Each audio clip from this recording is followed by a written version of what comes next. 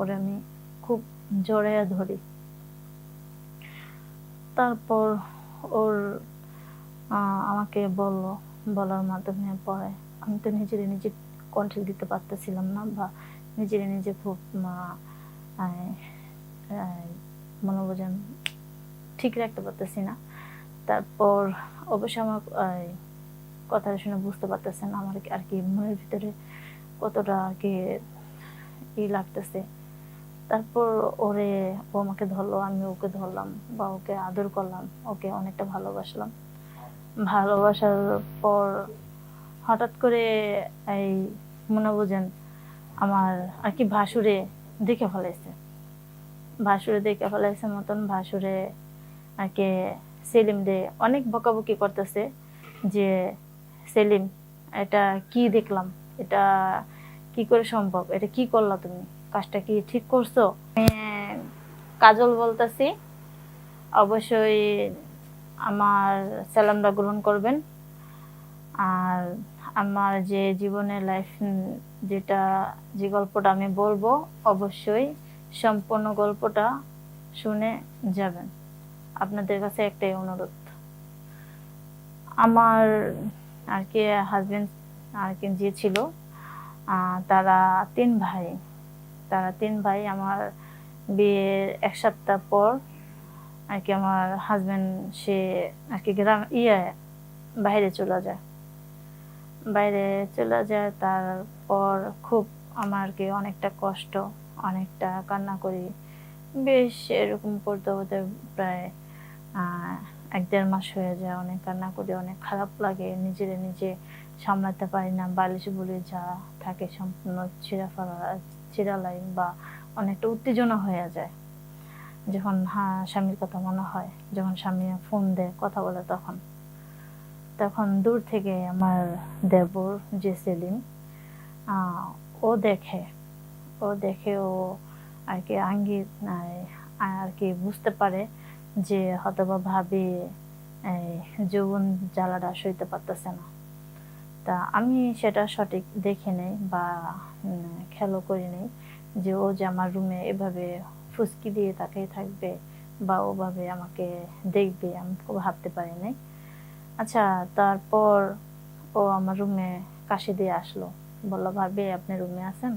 পরে বললাম হ্যাঁ আমি রুমে আছি। কে, সেলিম? পরে বল জি ভাবি। পরে আমি বললাম যে আসো, বসো। পরে বললো ভাবি আমি কি একটা কথা বলবো বলে বলতেও পারতেছি না, আর কিছু যদি মনে করেন, যদি ভাইয়ারা না বলেন তাহলে কথাটা বলতে পারি। তখন আমি বললাম এমন কি কথা বলবা তুমি আমারে, আমি তো এমনি যে যন্ত্রণার ভিতরে আছি, তুমি আবার কোন কথা বলবা, কোন শরীরে আগুন ধরাইবা, এমন কোনো কথা বললো না যাতে আমার শরীরে তুষার আগুন জ্বলে উঠে।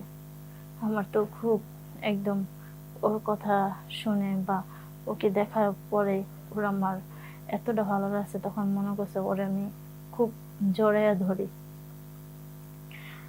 তারপর ওর আমাকে বলার মাধ্যমে পরে আমি তো নিজে কন্ট্রোল দিতে পারতেছিলাম না, বা নিজে খুব মনোবজন ঠিক রাখতে পারতেছি না। তারপর অবশ্য আমার কথাটা শুনে বুঝতে পারতেছেন আমার আর কি মনের ভিতরে কতটা আর কি লাগতেছে। তারপর ও আমাকে ধরলো, আমি ওকে ধরলাম বা ওকে আদর করলাম, ওকে অনেকটা ভালোবাসলাম। ভালোবাসার পর হঠাৎ করে এই মনে বোঝেন আমার আর কি দেখে ফেলাইছে মতন ভাসুরে আর কি সেলিম রে অনেক বকাবকি করতেছে যে, সেলিম এটা কি দেখলাম, এটা কি করে সম্ভব, এটা কি করলা তুমি, কাজটা কি ঠিক করছো, কাজটা কিন্তু তুমি ভালো করো না, কাজটা কিন্তু অনেক খারাপ করছো। পরে আমি ভাবছিলাম যে যাক, আমার ভাসুরে আমার দেওরে বকাবকি করতেছে, তাহলে মানে আমি এখান থেকে কেটে যাব, আমাকে কোনো বকাবাজি করবে না। তারপর 2 দিন হয়ে গেছে, 2 দিন যাবৎ আমার দেবর আমার রুমেও আসে না বা আমার সাথে ওর সাথে কথা হয় না ভয়ে। হঠাৎ করে আমার ভাসুর আমার রুমে আসলো, আসে বলতেছে, বৃষ্টি, এই তোমার এই কথা ছিল, কথা শুনবা? পরে আমি বললাম, জি বলেন। পরে আয়সা বসলো, তো সে আমাকে কথাটা কিভাবে বলছে যে তুমি যদি ভালো চাও না খারাপ চাও? আমি বললাম, আমি ভালো চাই। যদি তুমি ভালো চাও তাহলে আমি তোমাকে একটা কথা বলতে চাই, কথাটা তুমি কাউকে বলতে পারবো না। আমি বললাম, জি বলেন।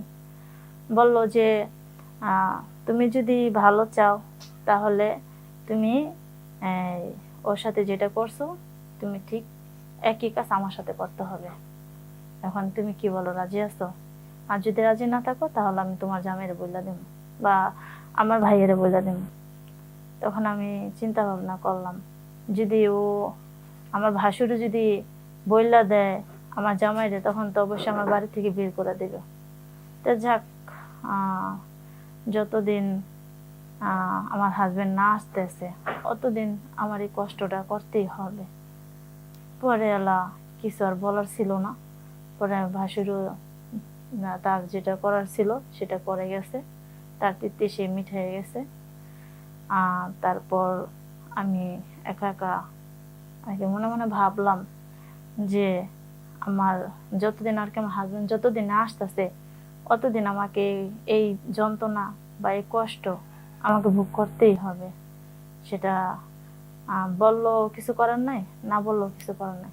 তার জন্য বলতাছি, বোনেরা, আপনারা কখনো এরকম কোনো কাজ করবেন না।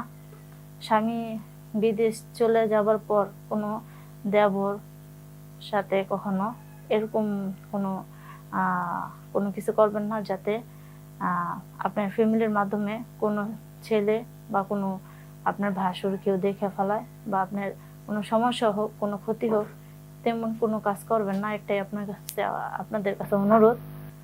আর যদি আমার এই গল্পটা যদি আপনাদের কাছে ভালো লাগে, ঠিক আছে, তাহলে অবশ্যই কমেন্টে জানায় যাবেন। ভুল হলে মাফ করে দেবেন। আল্লাহ হাফেজ।